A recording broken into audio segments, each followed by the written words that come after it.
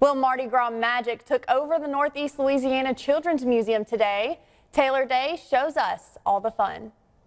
I just want to say I'm really excited about Mardi Gras, and I will be excited if I see myself on the news. Families gathered for a festive celebration at the Northeast Louisiana Children's Museum. The museum hosted a Mardi Gras event in partnership with the Twin Cities Krewe de Riviere.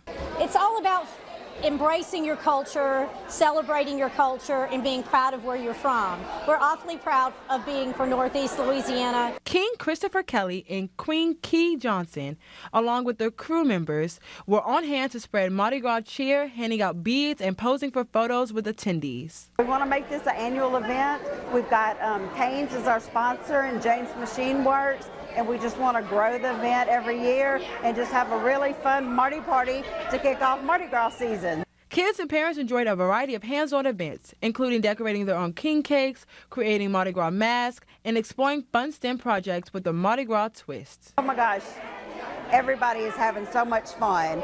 They're glittered up, they're making their king cakes. Everybody said it's a wonderful event.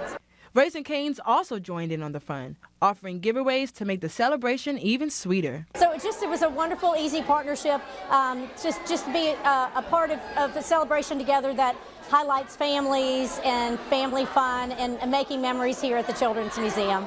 The Northeast Louisiana Children's Museum and its partners made sure families had a memorable afternoon. A lot of happy sounds going out the door, lots of colors and beads and masks, and of course full bellies because you get to make and take a king cake while you're here too. Reporting in Monroe, Taylor Day, KNOE 8 News.